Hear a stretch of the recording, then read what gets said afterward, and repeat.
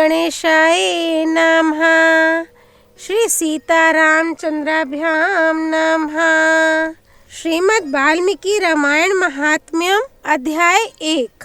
कलियुग की स्थिति, कलिकाल के मनुष्यों के उद्धार का उपाय, रामायण पाठ, उसकी महिमा, उसके श्रवण के लिए उत्तम काल आदि का वर्णन। श्री रामचंद्र जी समस्त संसार को शरण देने वाले हैं। श्री राम के बिना दूसरी कौन सी गति है। श्री राम कलियुग के समस्त दोषों को नष्ट कर देते हैं, अतः श्री रामचंद्र जी को नमस्कार करना चाहिए। श्री राम से काल रूपी भयंकर सर्प भी डरता है। जगत का सब कुछ भगवान श्री राम के वश में है। श्री राम में मेरी अखंड भक्ति बनी रहे। हे राम, आप ही मेरे आधार हैं। चित्रकूट में निवास करने वाले भगवती लक्ष्मी सीता के आनंद निकेतन और भक्तों को अभय देने वाले परमानंद स्वरूप भगवान श्री रामचंद्र जी को मैं नमस्कार करता हूँ। संपूर्ण जगत के अभीष्ट मनोरथों को सिद्ध करने वाले अथवा सृष्टि, पालन एवं संहार के द्वारा जगत की व्यवहारिक सत्ता को सिद्ध करने वाले ब्रह्मा, विष्णु और महेश आदि देवता जिनके अभिन्न अंश मात्र हैं, उन परम विशुद्ध सच्चिदानंदमय परमात्मा देव श्री रामचंद्र जी को मैं नमस्कार करता हूँ तथा उन्हीं के भजन चिंतन में मन लगाता हूँ। ऋषियों ने कहा, भगवान आप विद्वान हैं, ज्ञानी हैं। हमने जो कुछ पूछा था वह सब आपने हमें भली भांति बताया है। संसार बंधन में बंधे हुए जीवों के दुख बहुत हैं। इस संसार बंधन का उच्छेद करने वाला कौन है। आपने कहा है कि कलियुग में वेदोक्त मार्ग नष्ट हो जाएंगे। अधर्म परायण पुरुषों को प्राप्त होने वाली यातनाओं का भी आपने वर्णन किया है। घोर कलियुग आने पर जब वेदोक्त मार्ग लुप्त हो जाएंगे, उस समय पाखंड फैल जाएगा। यह बात प्रसिद्ध है। प्रायः सभी लोगों ने ऐसी बात कही है। कलियुग के सभी लोग काम वेदना से पीड़ित, नाटे शरीर के और लोभी होंगे तथा धर्म और ईश्वर का आश्रय छोड़कर आपस में एक दूसरे पर ही निर्भर रहने वाले होंगे। प्रायः सब लोग थोड़ी आयु और अधिक संतान वाले होंगे। उस युग की स्त्रियां अपने ही शरीर के पोषण में तत्पर और वेश्याओं के समान आचरण में प्रवृत्त होंगी। वे अपने पति की आज्ञा का अनादर करके सदा दूसरों के घर जाया आया करेंगी। दुराचारी पुरुषों से मिलने की सदैव अभिलाषा करेंगी। उत्तम कुल की स्त्रियां भी पर पुरुषों के निकट ओछी बातें करने वाली होंगी, कठोर और असत्य बोलेंगी तथा शरीर को शुद्ध और सुसंस्कृत बनाए रखने के सद्गुणों से वंचित होंगी। कलियुग में अधिकांश स्त्रियां वाचाल, व्यर्थ बकवास करने वाली होंगी। भिक्षा से जीवन निर्वाह करने वाले सन्यासी भी मित्र आदि के स्नेह संबंध में बंधे रहने वाले होंगे। वे भोजन के लिए चिंतित होने के कारण लोभवश शिष्यों का संग्रह करेंगे। स्त्रियां दोनों हाथों से सिर खुजलाती हुई गृहपति की आज्ञा का जानबूझकर उल्लंघन करेंगी। जब ब्राह्मण पाखंडी लोगों के साथ रहकर पाखंड पूर्ण बातें करने लगें, तब जानना चाहिए कि कलियुग खूब बढ़ गया। ब्राह्मण, इस प्रकार घोर कलियुग आने पर सदा पाप परायण रहने के कारण जिनका अंतःकरण शुद्ध नहीं हो सकेगा, उन लोगों की मुक्ति कैसे होगी। धर्मात्माओं में श्रेष्ठ सर्वज्ञ सूत जी, देवादिदेव देवेश्वर जगत गुरु भगवान श्री रामचंद्र जी जिस प्रकार संतुष्ट हो, वह उपाय हमें बताइए। मुनि श्रेष्ठ सूत जी, इन सारी बातों पर आप पूर्ण रूप से प्रकाश डालिए। आपके वचनामृत का पान करने से किसको संतोष नहीं होता है। सूत जी ने कहा, मुनिवरों, आप सब लोग सुनिए। आपको जो सुनना अभीष्ट है वह मैं बताता हूँ। महात्मा नारद जी ने सनत कुमार को जिस रामायण नामक महाकाव्य का गान सुनाया था, वह समस्त पापों का नाश और दुष्ट ग्रहों की बाधा का निवारण करने वाला है। वह संपूर्ण वेदार्थों की सम्मति के अनुकूल है। उससे समस्त दुस्वप्नों का नाश हो जाता है। वह धन्यवाद के योग्य तथा भोग और मोक्ष रूप फल प्रदान करने वाला है। उसमें भगवान श्री रामचंद्र जी की लीला कथा का वर्णन है। वह काव्य अपने पाठक और श्रोताओं के लिए समस्त कल्याणमयी सिद्धियों को देने वाला है। धर्म, अर्थ, काम और मोक्ष इन चारों पुरुषार्थों का साधक है। महान फल देने वाला है। यह अपूर्व काव्य पुण्यमय फल प्रदान करने की शक्ति रखता है। आप लोग एकाग्रचित होकर इसे श्रवण करें। महान पातकों अथवा संपूर्ण उपपातकों से युक्त मनुष्य भी उस ऋषि प्रणीत दिव्य काव्य का श्रवण करने से शुद्धि अथवा सिद्धि प्राप्त कर लेता है। संपूर्ण जगत के हित साधन में लगे रहने वाले जो मनुष्य सदा रामायण के अनुसार बर्ताव करते हैं, वे ही संपूर्ण शास्त्रों के मर्म को समझने वाले और कृतार्थ हैं। विप्रवरों, रामायण धर्म, अर्थ, काम और मोक्ष का साधन तथा परम अमृत रूप है। अतः सदा भक्ति भाव से उसका श्रवण करना चाहिए। जिस मनुष्य के पूर्व जन्मोपार्जित सारे पाप नष्ट हो जाते हैं, उसी का रामायण के प्रति अधिक प्रेम होता है। यह निश्चित बात है। जो पाप के बंधन में जकड़ा हुआ है, वह रामायण की कथा आरंभ होने पर उसकी अवहेलना करके दूसरी निम्न कोटि की बातों में फंस जाता है। उन असद गाथाओं में अपनी बुद्धि के आसक्त होने के कारण वह तदनुरूप ही बर्ताव करने लगता है। इसलिए द्विजेंद्रगण, आप लोग रामायण नामक परम पुण्यदायक उत्तम काव्य का श्रवण करें, जिसके सुनने से जन्म, जरा और मृत्यु के भय का नाश हो जाता है तथा श्रवण करने वाला मनुष्य पाप दोष से रहित हो अच्युत स्वरूप हो जाता है। रामायण काव्य अत्यंत उत्तम, वर्णनीय और मनोवांछित वर देने वाला है। वह उसका पाठ और श्रवण करने वाले समस्त जगत को शीघ्र ही संसार सागर से पार कर देता है। उस आदि काव्य को सुनकर मनुष्य श्री रामचंद्र जी के परम पद को प्राप्त कर लेता है। जो ब्रह्मा, रुद्र और विष्णु नामक भिन्न भिन्न रूप धारण करके विश्व की सृष्टि, संहार और पालन करते हैं, उन आदिदेव परमोत्कृष्ट परमात्मा श्री रामचंद्र जी को अपने हृदय मंदिर में स्थापित करके मनुष्य मोक्ष का भागी होता है। जो नाम तथा जाति आदि विकल्पों से रहित, कार्य कारण से परे, सर्वोत्कृष्ट वेदांत शास्त्र के द्वारा जानने योग्य एवं अपने ही प्रकाश से प्रकाशित होने वाला परमात्मा है, उसका समस्त वेदों और पुराणों के द्वारा साक्षात्कार होता है। इस रामायण के अनुशीलन से भी उसी की प्राप्ति होती है। विप्रवरों, कार्तिक, माघ और चैत्र मास के शुक्ल पक्ष में 9 दिनों में रामायण की अमृतमयी कथा का श्रवण करना चाहिए।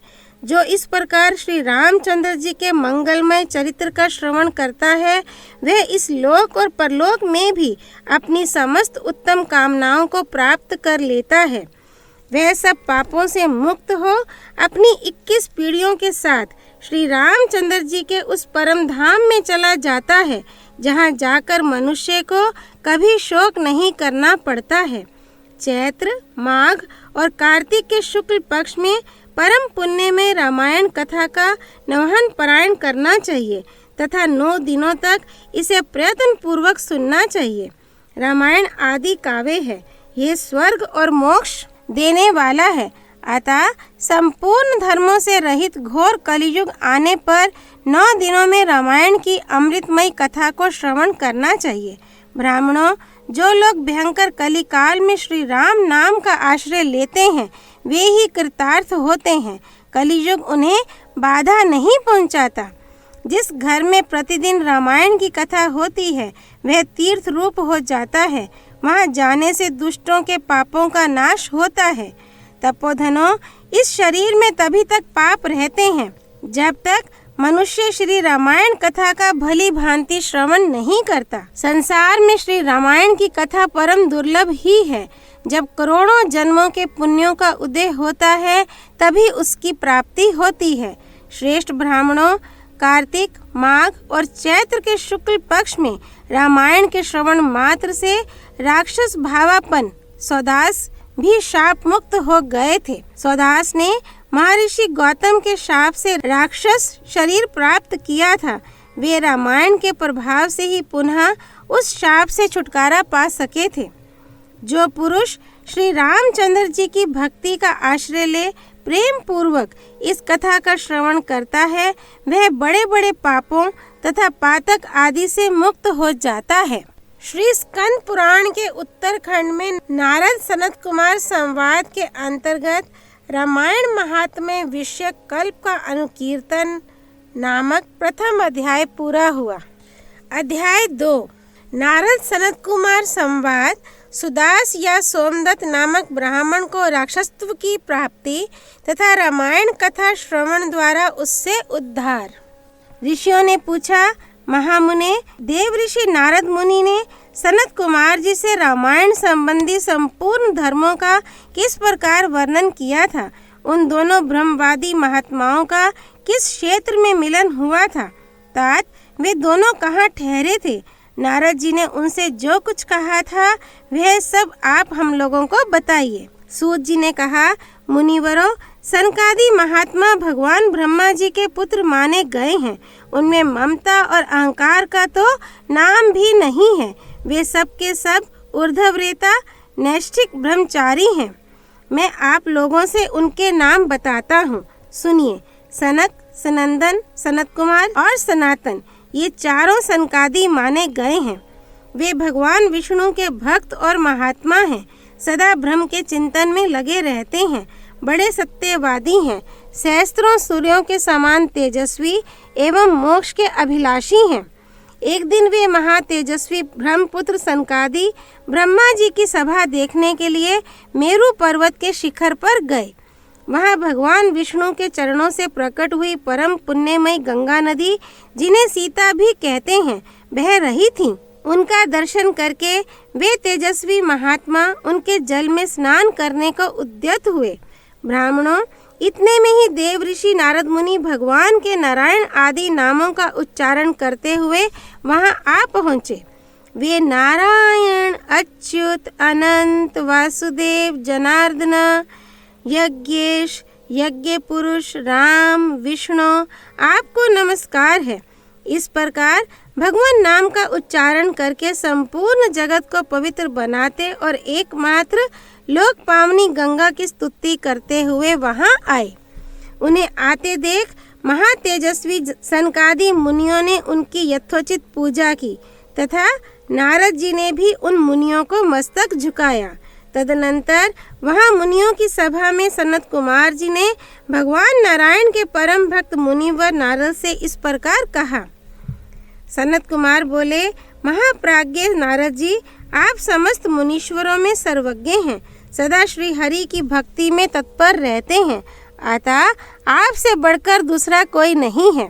इसलिए मैं पूछता हूँ, जिनसे समस्त चराचर जगत की उत्पत्ति हुई है तथा ये गंगा जी जिनके चरणों से प्रकट हुई हैं, उन श्री हरि के स्वरूप का ज्ञान कैसे होता है?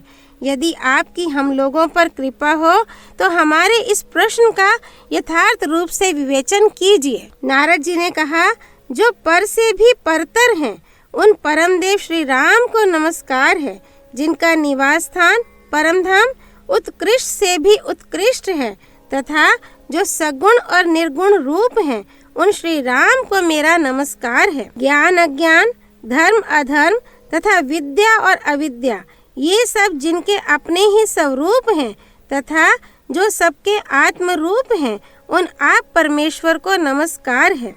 जो दैत्यों का विनाश और नरक का अंत करने वाले हैं, जो अपने हाथ के संकेत मात्र से अथवा अपनी भुजाओं के बल से धर्म की रक्षा करते हैं, पृथ्वी के भार का विनाश जिनका मनोरंजन मात्र है और जो उस मनोरंजन की सदा अभिलाषा रखते हैं, उन रघुकुल दीप श्री राम देव को मैं नमस्कार करता हूँ।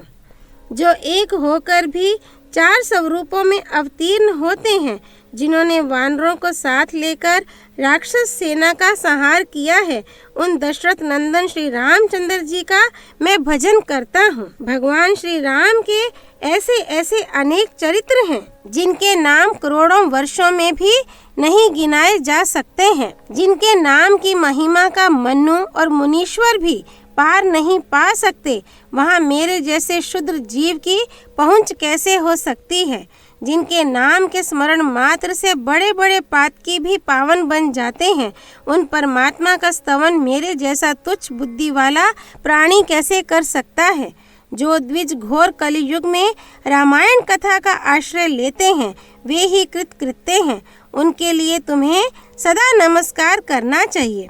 सनत कुमार जी, भगवान की महिमा को जानने के लिए कार्तिक, माघ और चैत्र के शुक्ल पक्ष में रामायण की अमृतमय कथा का नवान श्रवण करना चाहिए। ब्राह्मण सुदास गौतम के शाप से राक्षस शरीर को प्राप्त हो गए थे, परंतु रामायण के प्रभाव से ही उन्हें उस शाप से छुटकारा मिला था। सनत कुमार ने पूछा, मुनि श्रेष्ठ, संपूर्ण धर्मों का फल देने वाली रामायण कथा का किसने वर्णन किया है? सौदास को गौतम द्वारा कैसे शाप प्राप्त हुआ? फिर वे रामायण के प्रभाव से किस प्रकार शाप मुक्त हुए थे? मुने, यदि आपका हम लोगों पर अनुग्रह हो तो सब कुछ ठीक ठीक बताइए। इन सारी बातों से हमें अवगत कराइए, क्योंकि भगवान की कथा वक्ता और श्रोता दोनों के पापों का नाश करने वाली है। नारद जी ने कहा, ब्राह्मण, रामायण का प्रादुर्भाव महर्षि वाल्मीकि के मुख से हुआ है, तुम उसी को श्रवण करो। रामायण की अमृतमय कथा का श्रवण 9 दिनों में करना चाहिए। सत्य युग में एक ब्राह्मण थे जिन्हें धर्म कर्म का विशेष ज्ञान था। उनका नाम था सोमदत्त। वे सदा धर्म के पालन में ही तत्पर रहते थे। वे ब्राह्मण सौदास नाम से भी विख्यात थे। ब्राह्मण ने ब्रह्मवादी गौतम मुनि से गंगा जी के मनोरम तट पर संपूर्ण धर्मों का उपदेश सुना था। गौतम ने पुराणों और शास्त्रों की कथाओं द्वारा उन्हें तत्व का ज्ञान कराया था। सौदास ने गौतम से उनके बताए हुए संपूर्ण धर्मों का श्रवण किया था। एक दिन की बात है, सौदास परमेश्वर शिव की आराधना में लगे हुए थे। उसी समय वहां उनके गुरु गौतम जी आ पहुंचे, परंतु सौदास ने अपने निकट आए हुए गुरु को भी उठकर प्रणाम नहीं किया। परम बुद्धिमान गौतम तेज की निधि थे। वे शिष्य के बर्ताव से रुष्ट ना होकर शांत ही बने रहे। उन्हें ये जानकर प्रसन्नता हुई कि मेरा शिष्य सौदास शास्त्रोक्त कर्मों का अनुष्ठान करता है, किंतु सौदास ने जिनकी आराधना की थी वे संपूर्ण जगत के गुरु महादेव शिव गुरु की अवहेलना से होने वाले पाप को न सह सके। उन्होंने सौदास को राक्षस की योनि में जाने का शाप दे दिया। तब विनय कला कोविद ब्राह्मण ने हाथ जोड़कर गौतम से कहा। ब्राह्मण बोले, संपूर्ण धर्मों के ज्ञाता सर्वदर्शी सुरेश्वर भगवान, मैंने जो अपराध किया है वह सब आप क्षमा कीजिए। गौतम ने कहा, वत्स, कार्तिक मास के शुक्ल पक्ष में तुम रामायण की अमृतमय कथा को भक्ति भाव से आदर पूर्वक श्रवण करो। इस कथा को 9 दिनों में सुनना चाहिए। ऐसा करने से यह शाप अधिक दिनों तक नहीं रहेगा, केवल 12 वर्षों तक ही रह सकेगा। ब्राह्मण ने पूछा, रामायण की कथा किसने कही है तथा उसमें किसके चरित्रों का वर्णन किया गया है? महामते, ये सब संक्षेप से बताने की कृपा करें। यूं कहकर मन ही मन प्रसन्न हो सौदास ने गुरु के चरणों में प्रणाम किया। गौतम ने कहा, ब्राह्मण सुनो, रामायण काव्य का निर्माण वाल्मीकि मुनि ने किया है। जिन भगवान श्री राम ने अवतार ग्रहण करके रावण आदि राक्षसों का संहार किया और देवताओं का कार्य संवारा था, उन्हीं के चरित्र का रामायण काव्य में वर्णन है। तुम उसी का श्रवण करो। कार्तिक मास के शुक्ल पक्ष में 9वें दिन अर्थात प्रतिपदा से 9वीं तक रामायण की कथा सुननी चाहिए। वह समस्त पापों का नाश करने वाली है। ऐसा कहकर पूर्ण काम गौतम ऋषि अपने आश्रम को चले गए। इधर सोमदत्त या सुदास नामक ब्राह्मण ने दुख मगन होकर राक्षस शरीर का आश्रय लिया। वे सदा भूख प्यास से पीड़ित तथा क्रोध के वशीभूत रहते थे। उनके शरीर का रंग कृष्ण पक्ष की रात के समान काला था। वे भयानक राक्षस होकर निर्जन वन में भ्रमण करने लगे। वहाँ वे नाना प्रकार के पशुओं, मनुष्यों, सांप, बिच्छू आदि जंतुओं पक्षियों और वानरों को बलपूर्वक पकड़कर खा जाते थे। ब्रह्म ऋषियों, उस राक्षस के द्वारा यह पृथ्वी बहुत सी हड्डियों तथा लाल पीले शरीर वाले रक्तपाई प्रेतों से परिपूर्ण हो अत्यंत भयंकर दिखाई देने लगी। 6 महीने में ही 100 योजन विस्तृत भूभाग को अत्यंत दुखित करके वह राक्षस पुनः दूसरे किसी वन में चला गया। वहाँ भी वह प्रतिदिन नर मांस का भोजन करता रहा। संपूर्ण लोगों के मन में भय उत्पन्न करने वाला वह राक्षस घूमता घामता नर्मदा जी के तट पर जा पहुंचा। इसी समय कोई अत्यंत धर्मात्मा ब्राह्मण उधर आ निकला। उसका जन्म कलिंग देश में हुआ था। लोगों में वह गर्ग नाम से विख्यात था। कंधे पर गंगा जल लिए भगवान विश्वनाथ की स्तुति तथा श्री राम के नामों का गान करता हुआ वह ब्राह्मण बड़े हर्ष और उत्साह में भरकर उस पुण्य प्रदेश में आया था। गर्ग मुनि को आते देख राक्षस सुदास बोल उठा, हमें भोजन प्राप्त हो गया। ऐसा कहकर अपनी दोनों भुजाओं को ऊपर उठाए हुए वह मुनि की ओर चला, परंतु उनके द्वारा उच्चारित होने वाले भगवान नामों को सुनकर वह दूर ही खड़ा रहा। उन ब्रह्म ऋषि को मारने में असमर्थ होकर राक्षस उनसे इस प्रकार बोला। राक्षस ने कहा, ये तो बड़े आश्चर्य की बात है। भद्र महाभाग, आप महात्मा को नमस्कार है। आप जो भगवान नामों का स्मरण कर रहे हैं, इतने से ही राक्षस भी दूर भाग जाते हैं। मैंने पहले कोटि सहस्त्र ब्राह्मणों का भक्षण किया है। ब्राह्मण, आपके पास जो नाम रूपी कवच है, वही राक्षसों के महान भय से आपकी रक्षा करता है। आपके द्वारा किए गए नाम स्मरण मात्र से हम राक्षसों को भी परम शांति प्राप्त हो गई। ये भगवान अच्युत की कैसी महिमा है। महाभाग ब्राह्मण, आप श्री राम कथा के प्रभाव से सर्वथा राग आदि दोषों से रहित हो गए हैं, अतः आप मुझे इस अधम पातक से बचाइए। मुनि श्रेष्ठ, मैंने पूर्व काल में अपने गुरु की अवहेलना की थी, फिर गुरुजी ने मुझ पर अनुग्रह किया और यह बात कही। पूर्व काल में वाल्मीकि मुनि ने जो रामायण की कथा कही है, उसका कार्तिक मास के शुक्ल पक्ष में प्रयत्न पूर्वक श्रवण करना चाहिए। इतना कहकर गुरुदेव ने पुनः ये सुंदर एवं शुभदायक वचन कहा। रामायण की अमृतमय कथा 9 दिन में सुननी चाहिए। अतः संपूर्ण शास्त्रों के तत्व को जानने वाले महाभाग ब्राह्मण, आप मुझे रामायण कथा सुनाकर इस पाप कर्म से मेरी रक्षा कीजिए। नारद जी कहते हैं, उस समय वहाँ राक्षस के मुख से रामायण का परिचय तथा श्री राम के उत्तम महात्म्य का वर्णन सुनकर द्विज श्रेष्ठ गर्ग आश्चर्यचकित हो उठे। श्री राम का नाम ही उनके जीवन का अवलंब था। वे ब्राह्मण देवता उस राक्षस के प्रति दया से द्रवित हो गए और सुदास से इस प्रकार बोले। ब्राह्मण ने कहा, महाभाग राक्षस राज, तुम्हारी बुद्धि निर्मल हो गई है। इस समय कार्तिक मास का शुक्ल पक्ष चल रहा है। इसमें रामायण की कथा सुनो। राम भक्ति परायण राक्षस, तुम श्री रामचंद्र जी के महात्म्य को श्रवण करो। श्री रामचंद्र जी के ध्यान में तत्पर रहने वाले मनुष्यों को बाधा पहुंचाने में कौन समर्थ हो सकता है। जहाँ श्री राम का भक्त है, वहाँ ब्रह्मा, विष्णु और शिव विराजमान हैं। वहीं देवता, सिद्ध तथा रामायण का आश्रय लेने वाले मनुष्य हैं। अतः इस कार्तिक मास के शुक्ल पक्ष में तुम रामायण की कथा सुनो। 9 दिनों तक इस कथा को सुनने का विधान है, अतः तुम सदा सावधान रहो। ऐसा कहकर गर्ग मुनि ने उसे रामायण की कथा सुनाई। कथा सुनते ही उसका राक्षसत्व दूर हो गया। राक्षस भाव का परित्याग करके वह देवताओं के समान सुंदर, करोड़ों सूर्यों के समान तेजस्वी और भगवान नारायण के समान कांतिमान हो गया। अपनी 4 भुजाओं में शंख, चक्र, गदा और पद्म लिए वह श्री हरि के वैकुंठ धाम में चला गया।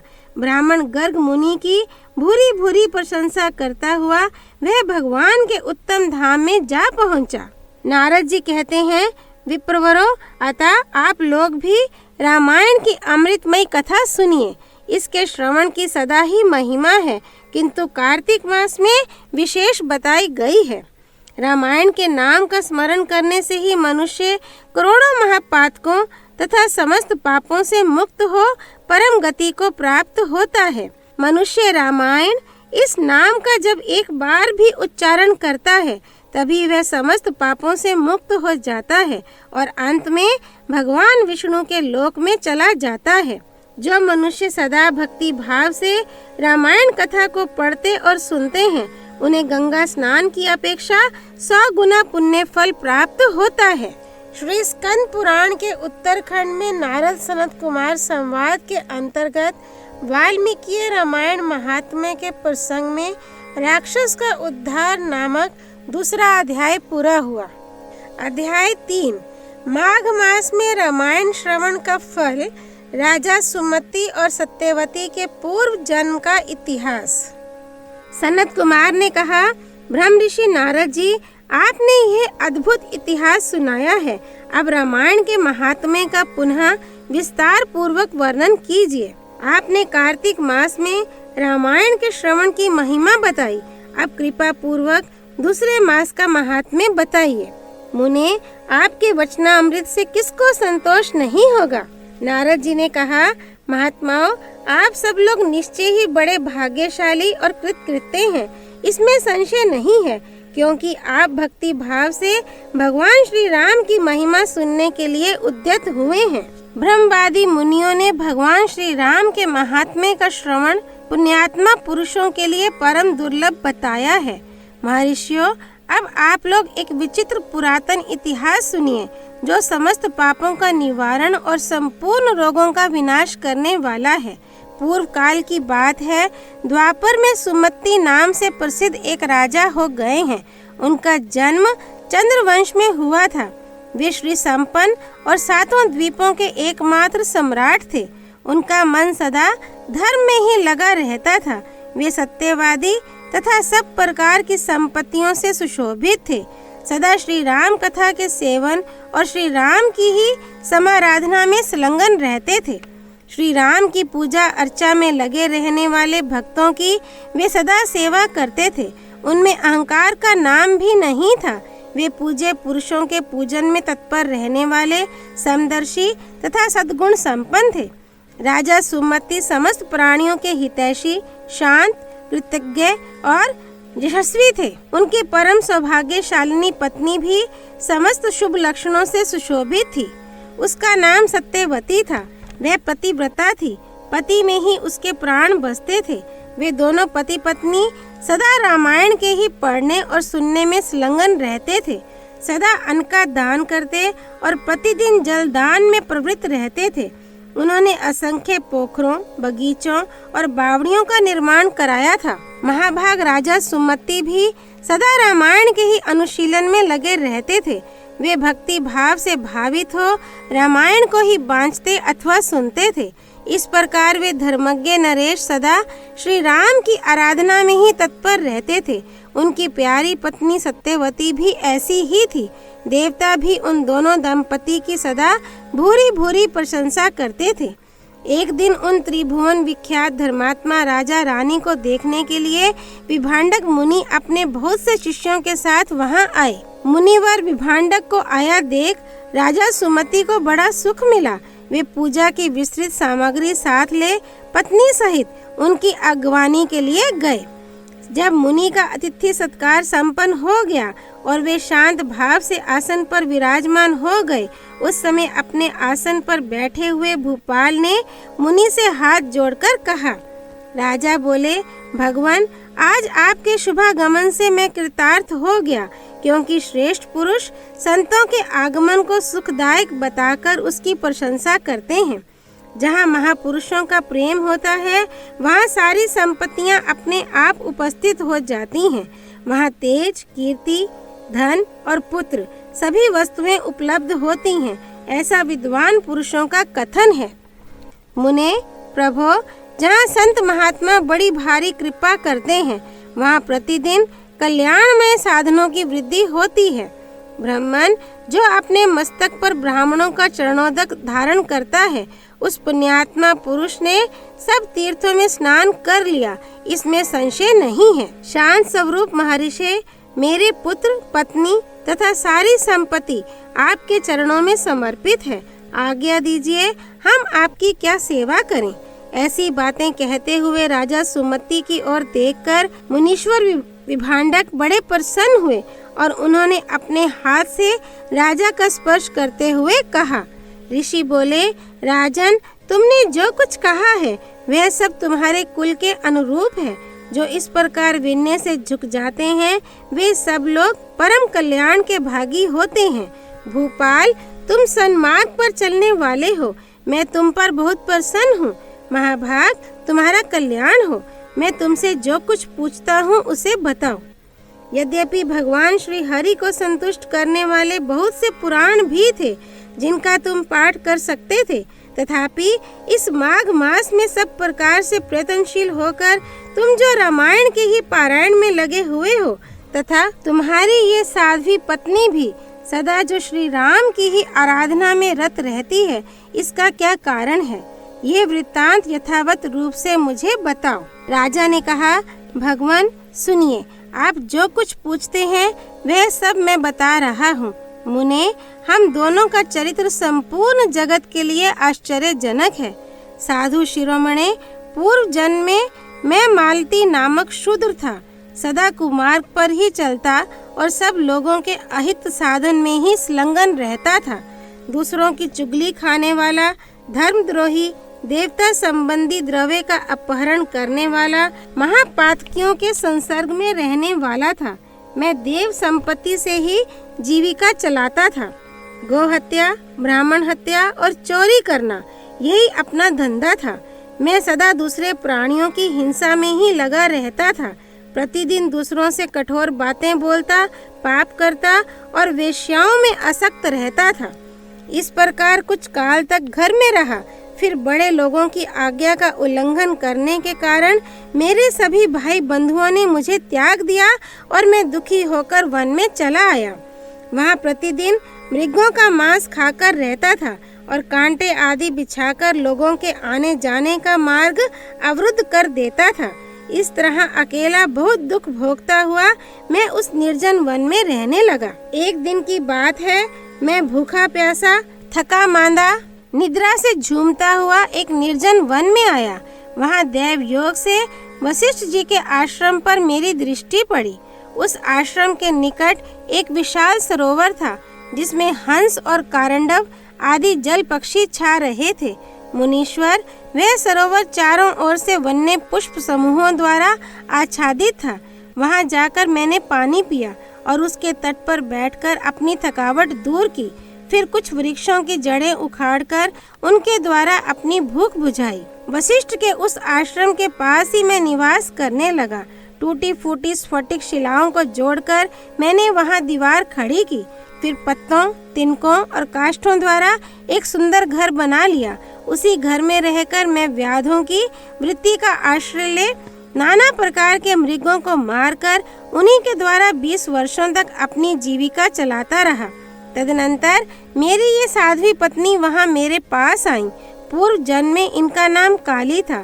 काली निषाद कुल की कन्या थी और विंध्य प्रदेश में उत्पन्न हुई थी। उसके भाई बंधुओं ने उसे त्याग दिया था। वह दुख से पीड़ित थी। उसका शरीर वृद्ध हो चला था।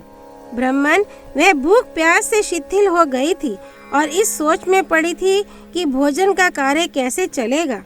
देव योग से घूमती घामती वह उसी निर्जन वन में आ पहुंची जिसमें मैं रहता था। गर्मी का महीना था। बाहर इसे धूप सता रही थी और भीतर मानसिक संताप अत्यंत पीड़ा दे रहा था। इस दुखिनी नारी को देखकर मेरे मन में बड़ी दया आई। मैंने इसे पीने के लिए जल तथा खाने के लिए मांस और जंगली फल दिए। ब्राह्मण, काली जब विश्राम कर चुकी तब मैंने उससे उसका यथावत वृतांत पूछा। महामुने, मेरे पूछने पर उसने जो अपने जन्म कर्म निवेदन किए थे उन्हें बताता हूँ, सुनिए। उसका नाम काली था और वह निषाद कुल की कन्या थी। विद्वान, उसके पिता का नाम दाम्भिक या दाविक था। वह उसी की पुत्री थी और विंध्य पर्वत पर निवास करती थी।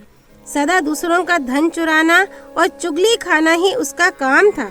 एक दिन उसने अपने पति की हत्या कर डाली, इसीलिए भाई बंधुओं ने उसे घर से निकाल दिया। ब्राह्मण, इस तरह परित्यक्ता काली उस दुर्गम एवं निर्जन वन में मेरे पास आई थी। उसने अपनी सारी करतूतें मुझे इसी रूप में बताई थीं। मुने, तब वशिष्ठ जी के उस पवित्र आश्रम के निकट मैं और काली दोनों पति पत्नी का संबंध स्वीकार करके रहने और मांसाहार से ही जीवन निर्वाह करने लगे। एक दिन हम दोनों जीविका के निमित्त कुछ उद्यम करने के लिए वहाँ वशिष्ठ जी के आश्रम पर गए। महात्मन, वहाँ देव ऋषियों का समाज जुटा हुआ था। वही देखकर हम लोग उधर गए थे। वहाँ माघ मास में प्रतिदिन ब्राह्मण लोग रामायण का पाठ करते दिखाई देते थे। उस समय हम लोग निराहार थे और पुरुषार्थ करने में समर्थ होकर भी भूख प्यास से कष्ट पा रहे थे। अतः बिना इच्छा के ही वशिष्ठ जी के आश्रम पर चले गए थे। फिर लगातार 9 दिनों तक भक्ति पूर्वक रामायण की कथा सुनने के लिए हम दोनों वहां जाते रहे। मुने, उसी समय हम दोनों की मृत्यु हो गई। हमारे उस कर्म से भगवान मधुसूदन का मन प्रसन्न हो गया था। अतः उन्होंने हमें ले आने के लिए दूत भेजे। वे दूत हम दोनों को विमान में बिठाकर भगवान के परम पद उत्तम धाम में ले गए। हम दोनों देवाधिदेव चक्रपाणी के निकट जा पहुँचे।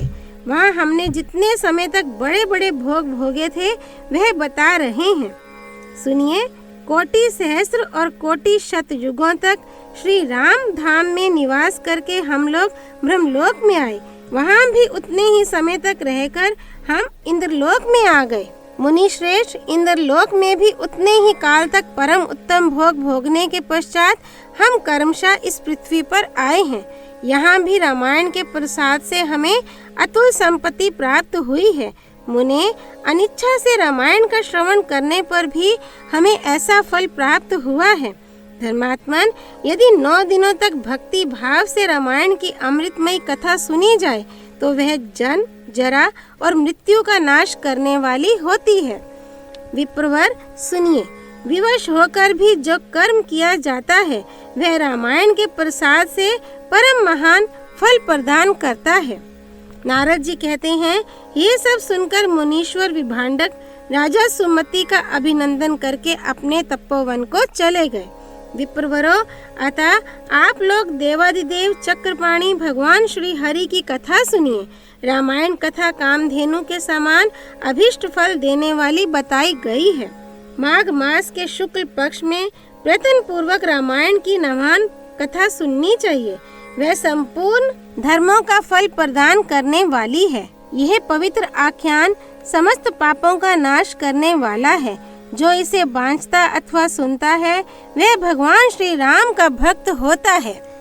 श्री स्कंद पुराण के उत्तरखंड में नारद सनत कुमार संवाद के अंतर्गत रामायण महात्म्य के प्रसंग में माघ मास में रामायण कथा श्रवण के फल का वर्णन नामक 3रा अध्याय पूरा हुआ।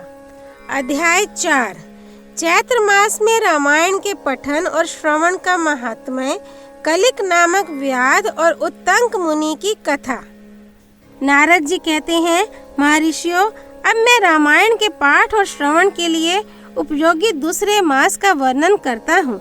एकाग्रचित होकर सुनो। रामायण का महात्म्य समस्त पापों को हर लेने वाला, पुण्यजनक तथा संपूर्ण दुखों का निवारण करने वाला है। वह ब्राह्मण, क्षत्रिय, वैश्य, शूद्र तथा स्त्री इन सब को समस्त मनवांछित फल प्रदान करने वाला है। उससे सब प्रकार के व्रतों का फल भी प्राप्त होता है। वह दुस्वप्न का नाशक, धन की प्राप्ति कराने वाला तथा भोग और मोक्ष रूप फल देने वाला है। अतः उसे प्रयत्न पूर्वक सुनना चाहिए। इसी विषय में विज्ञ पुरुष एक प्राचीन इतिहास का उदाहरण देते हैं। वह इतिहास अपने पाठकों और श्रोताओं के समस्त पापों का नाश करने वाला है। प्राचीन कलियुग में एक कलिक नाम वाला व्याध रहता था। वह सदा पराई स्त्री और पराये धन के अपहरण में ही लगा रहता था। दूसरों की निंदा करना उसका नित्य का काम था। वह सदा सभी जंतुओं को पीड़ा दिया करता था। उसने कितने ही ब्राह्मणों तथा सैकड़ों हजारों गौओं की हत्या कर डाली थी। पराये धन का तो वह नित्य अपहरण करता ही था। देवता के धन को भी हड़प लेता था।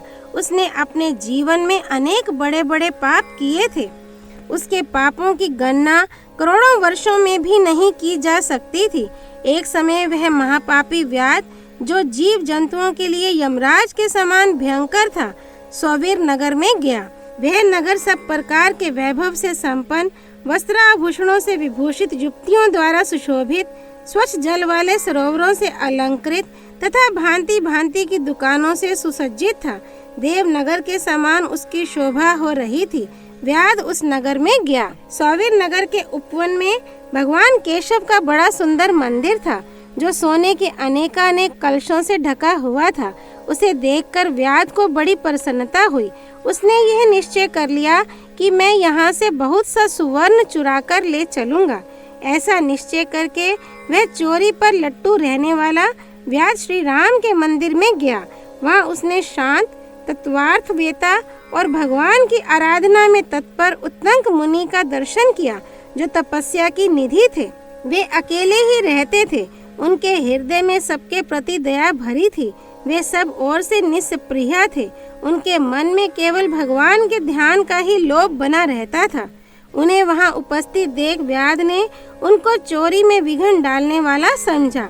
तदनंतर जब आधी रात हुई, तब वह देवता संबंधी द्रव्य समूह लेकर चला। उस मदोन्मत्त व्याध ने उत्तंक मुनि की छाती को अपने एक पैर से दबाकर हाथ से उनका गला पकड़ लिया और तलवार उठाकर उन्हें मार डालने का उपक्रम किया। उत्तंक ने देखा व्याध मुझे मार डालना चाहता है, तो वे उससे इस प्रकार बोले। उत्तंक ने कहा, ओ भले मानुष, तुम व्यर्थ ही मुझे मारना चाहते हो। मैं तो सर्वथा निरपराध हूँ। लुप्तक, बताओ तो सही, मैंने तुम्हारा क्या अपराध किया है? संसार में लोग अपराधी की ही प्रयत्न पूर्वक हिंसा करते हैं। सौम्य, सज्जन निरपराध की व्यर्थ हिंसा नहीं करते हैं। शांतचित्त साधु पुरुष अपने विरोधी तथा मूर्ख मनुष्यों में भी सद्गुणों की स्थिति देखकर उनके साथ विरोध नहीं रखते हैं। जो मनुष्य बारंबार दूसरों की गाली सुनकर भी क्षमाशील बना रहता है, वह उत्तम कहलाता है। उसे भगवान विष्णु का अत्यंत प्रियजन बताया गया है। दूसरों के हित साधन में लगे रहने वाले साधुजन किसी के द्वारा अपने विनाश का समय उपस्थित होने पर भी उसके साथ वैर नहीं करते। चंदन का वृक्ष अपने को काटने पर भी कुठार की धार को सुवासित ही करता है। अहो, विधाता बड़ा बलवान है। वह लोगों को नाना प्रकार से कष्ट देता रहता है। जो सब प्रकार के संग से रहित है, उसे भी दुरात्मा मनुष्य सताया करते हैं। अहो, दुष्ट जन इस संसार में बहुत से जीवों को बिना किसी अपराध के ही पीड़ा देते हैं। मल्लाह मछलियों के, चुगलखोर सज्जनों के और व्याध मृगों के इस जगत में अकारण वैरी होते हैं। अहो, माया बड़ी प्रबल है।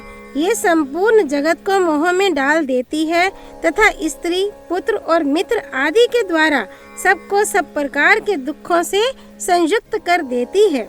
मनुष्य पराये धन का अपहरण करके जो अपनी स्त्री आदि का पोषण करता है, वह किस काम का?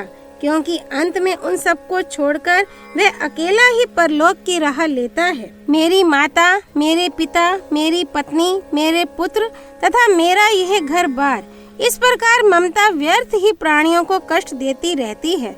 मनुष्य जब तक कमाकर धन देता है, तभी तक लोग उसके भाई बंधु बने रहते हैं और उसके कमाए हुए धन को सारे बंधु बांधव सदा भोगते रहते हैं। किंतु मूर्ख मनुष्य अपने किए हुए पाप के फल रूप दुख को अकेला ही भोगता है। उत्तंक मुनि जब इस प्रकार कह रहे थे, तब उनकी बातों पर विचार करके कलिक नामक व्याध भय से व्याकुल हो उठा और हाथ जोड़कर बारंबार कहने लगा, प्रभो, मेरे अपराध को क्षमा कीजिए। उन महात्मा के संग के प्रभाव से तथा भगवान का सानिध्य मिल जाने से उस लुप्तक के सारे पाप नष्ट हो गए तथा उसके मन में निश्चय ही बड़ा पश्चाताप होने लगा। वह बोला, विप्रवर, मैंने जीवन में बहुत से बड़े बड़े पाप किए हैं, किंतु वे सब आपके दर्शन मात्र से नष्ट हो गए। प्रभो, मेरी बुद्धि सदा पाप में ही डूबी रहती थी। मैंने निरंतर बड़े बड़े पापों का ही आचरण किया है। उनसे मेरा उद्धार किस प्रकार होगा? मैं किसकी शरण में जाऊं? पूर्व जन्म के किए हुए पापों के फल से मुझे व्याध होना पड़ा है। यहाँ भी मैंने पापों के ही जाल बटोरे हैं। ये पाप करके मैं किस गति को प्राप्त होऊंगा। महामना कलिक की यह बात सुनकर ब्रह्म ऋषि उत्तंक इस प्रकार बोले।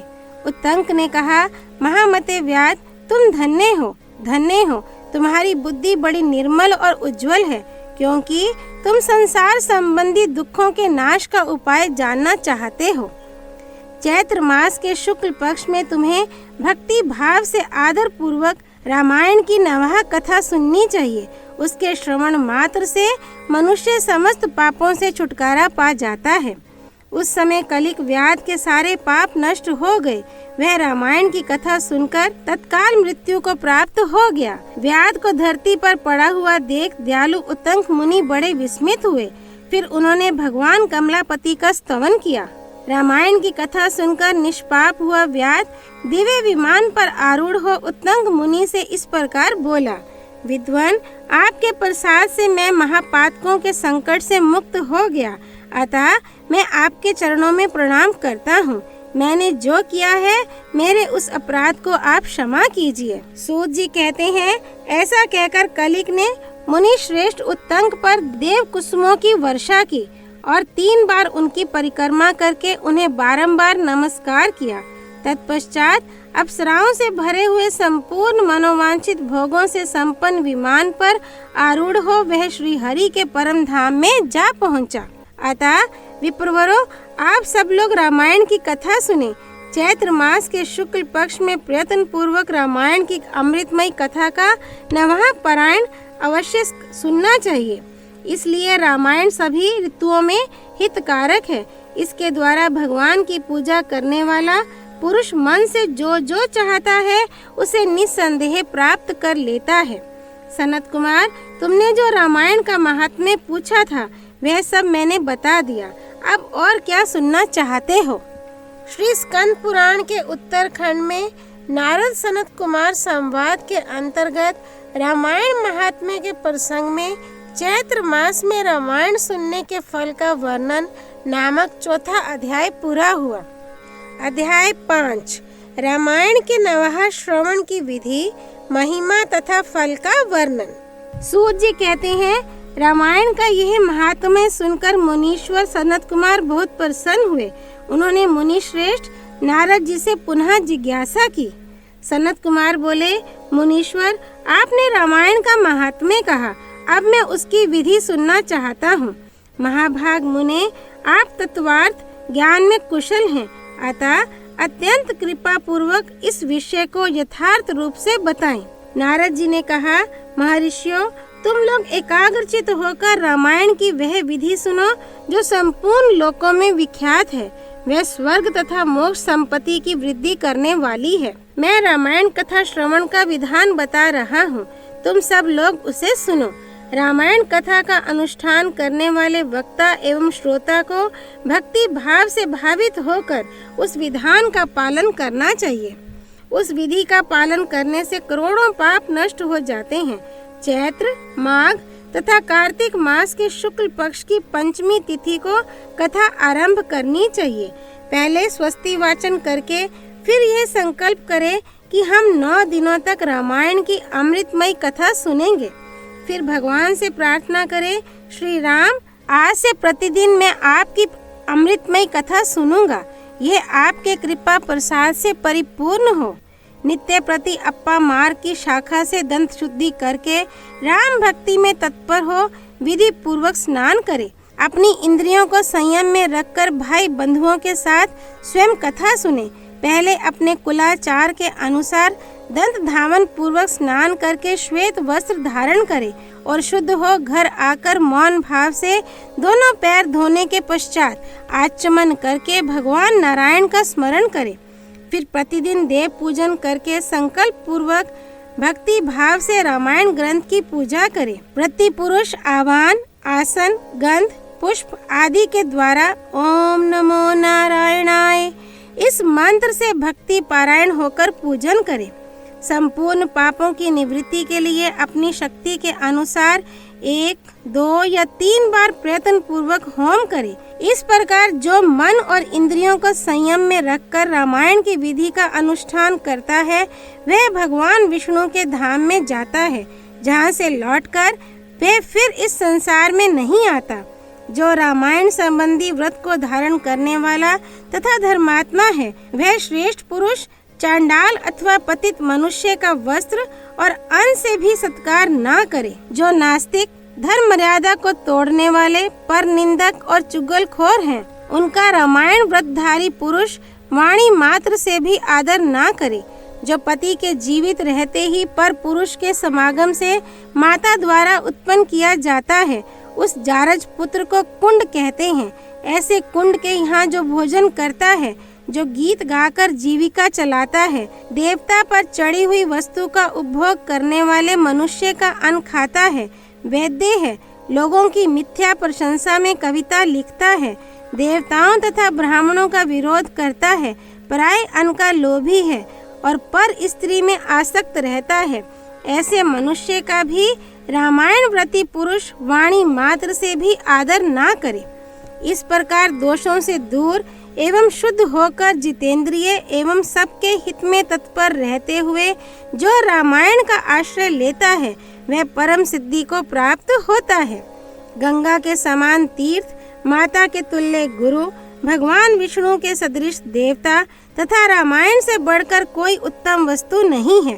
वेद के समान शास्त्र, शांति के समान सुख, शांति से बढ़कर ज्योति तथा रामायण से उत्कृष्ट कोई काव्य नहीं है। क्षमा के सदृश बल, कीर्ति के समान धन, ज्ञान के सदृश लाभ तथा रामायण से बढ़कर कोई उत्तम ग्रंथ नहीं है। रामायण कथा के अंत में वेदज्ञ वाचक को दक्षिणा सहित गौ का दान करे, उन्हें रामायण की पुस्तक तथा वस्त्र और आभूषण आदि दे। जो वाचक को रामायण की पुस्तक देता है, वह भगवान विष्णु के धाम में जाता है, जहाँ जाकर उसे कभी शोक नहीं करना पड़ता। धर्मात्माओं में श्रेष्ठ सनत कुमार, रामायण की नभा कथा सुनने से यजमान को जो फल प्राप्त होता है, उसे सुनो। पंचमी तिथि को रामायण की अमृतमय कथा को आरंभ करके उसके श्रवण मात्र से मनुष्य सब पापों से मुक्त हो जाता है। यदि 2 बार ये कथा श्रवण की गई तो श्रोता को पुंडरीक यज्ञ का फल मिलता है। जो जितेंद्रिय पुरुष व्रत धारण पूर्वक रामायण कथा को श्रवण करता है, वह 2 अश्वमेध यज्ञों का फल पाता है। मुनिवरों, जिसने 4 बार इस कथा का श्रवण किया है, वह 8 अग्निष्टोम के परम पुण्य फल का भागी होता है। जिस महामनस्वी पुरुष ने 5 बार रामायण कथा श्रवण का व्रत पूरा कर लिया है, वह अत्य अग्निष्टोम यज्ञ के द्विगुण पुण्य फल का भागी होता है। जो एकाग्रचित होकर इस प्रकार 6 बार रामायण कथा के व्रत का अनुष्ठान पूरा कर लेता है, वह अग्निष्टोम यज्ञ के 8 गुने फल का भागी होता है। मुनीश्वरों, स्त्री हो या पुरुष, जो 8 बार रामायण कथा को सुन लेता है, वह नरमेध यज्ञ का 5 गुना फल पाता है। जो स्त्री या पुरुष 9 बार इस व्रत का आचरण करता है, उसे 3 गोमेध यज्ञ का पुण्य फल प्राप्त होता है। जो पुरुष शांतचित और जितेंद्रिय होकर रामायण यज्ञ का अनुष्ठान करता है, वह उस परमानंदमय धाम में जाता है, जहाँ जाकर उसे कभी शोक नहीं करना पड़ता। जो प्रतिदिन रामायण का पाठ अथवा श्रवण करता है, गंगा नहाता है और धर्म मार्ग का उपदेश देता है, ऐसे लोग संसार सागर से मुक्त ही हैं, इसमें संशय नहीं है। महात्माओं, यतियों, ब्रह्मचारियों तथा प्रवीरों को भी रामायण की नवहा कथा सुननी चाहिए। राम कथा को अत्यंत भक्ति पूर्वक सुनकर मनुष्य महान तेज से उद्दीप्त हो उठता है और ब्रह्मलोक में जाकर वहीं आनंद का अनुभव करता है। इसलिए विपेंद्रगण, आप लोग रामायण की अमृतमय कथा सुनिए। श्रोताओं के लिए यह सर्वोत्तम श्रवणीय वस्तु है और पवित्रों में भी परम उत्तम है। दुःस्वप्न को नष्ट करने वाली यह कथा धन्य है, इसे प्रयत्न पूर्वक सुनना चाहिए। जो मनुष्य श्रद्धा युक्त होकर इसका एक श्लोक या आधा श्लोक भी पढ़ता है, वह तत्काल ही करोड़ों उत्पातकों से छुटकारा पा जाता है। ये गुहा से भी गुहतम वस्तु है, इसे सत्पुरुषों को ही सुनाना चाहिए। भगवान श्री राम के मंदिर में अथवा किसी पुण्य क्षेत्र में सत्पुरुषों की सभा में रामायण कथा का प्रवचन करना चाहिए। जो ब्रह्मद्रोही, पाखंड पूर्ण आचार में तत्पर तथा लोगों को ठगने वाली वृत्ति से युक्त हैं, उन्हें ये परम उत्तम कथा नहीं सुनानी चाहिए। जो काम आदि दोषों का त्याग कर चुके हैं, जिनका मन राम भक्ति में अनुरक्त रहता है तथा जो गुरुजनों की सेवा में तत्पर हैं, उन्हीं के समक्ष यह मोक्ष की साधनभूत कथा बांचनी चाहिए। श्री राम सर्वदेवमय माने गए हैं। वे आर्त प्राणियों की पीड़ा का नाश करने वाले हैं तथा श्रेष्ठ भक्तों पर सदा ही स्नेह रखते हैं। वे भगवान भक्ति से ही संतुष्ट होते हैं, दूसरे किसी उपाय से नहीं।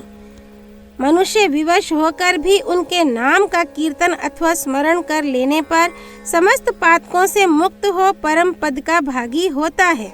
महात्माओं, भगवान मधुसूदन संसार रूपी भयंकर एवं दुर्गम वन को भस्म करने के लिए दावानल के समान हैं। वे अपना स्मरण करने वाले मनुष्यों के समस्त पापों का शीघ्र ही नाश कर देते हैं। इस पवित्र काव्य के प्रतिपाद्य विषय वे ही हैं। अतः ये परम उत्तम काव्य सदा ही श्रवण करने योग्य है। इसका श्रवण अथवा पाठ करने से ये समस्त पापों का नाश करने वाला है। जिसकी श्री राम रस में प्रीति एवं भक्ति है, वही संपूर्ण शास्त्रों के अर्थ ज्ञान में निपुण और कृतकृत्य है।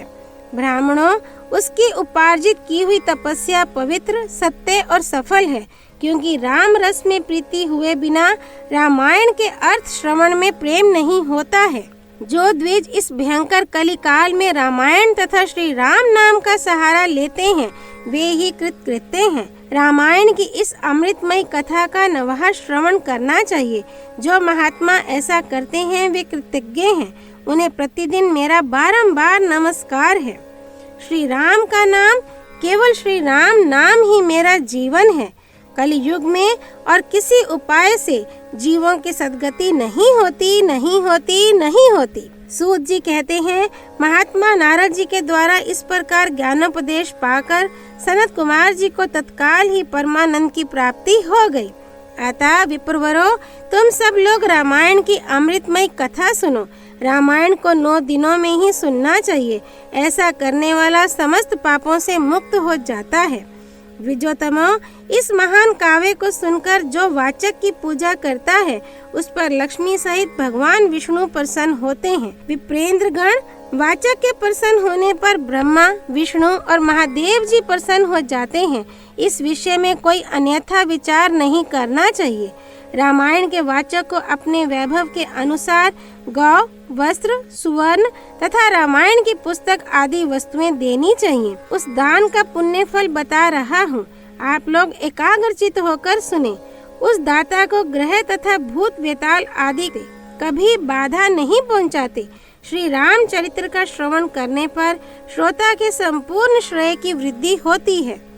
उसे ना तो अग्नि की बाधा प्राप्त होती है और ना चोर आदि का भय ही। वह इस जन्म में उपार्जित किए हुए समस्त पापों से तत्काल मुक्त हो जाता है। वह इस शरीर का अंत होने पर अपनी 7 पीढ़ियों के साथ मोक्ष का भागी होता है। पूर्व काल में सनत कुमार मुनि के भक्ति पूर्वक पूछने पर नारद जी ने उनसे जो कुछ कहा था, वह सब मैंने आप लोगों को बता दिया। रामायण आदि काव्य है। ये संपूर्ण वेदार्थों की सम्मति के अनुकूल है। इसके द्वारा समस्त पापों का निवारण हो जाता है। ये पुण्यमय काव्य संपूर्ण दुखों का विनाशक तथा समस्त पुण्यों और यज्ञों का फल देने वाला है। जो विद्वान इसके एक या आधे श्लोक का भी पाठ करते हैं, उन्हें कभी पापों का बंधन नहीं प्राप्त होता।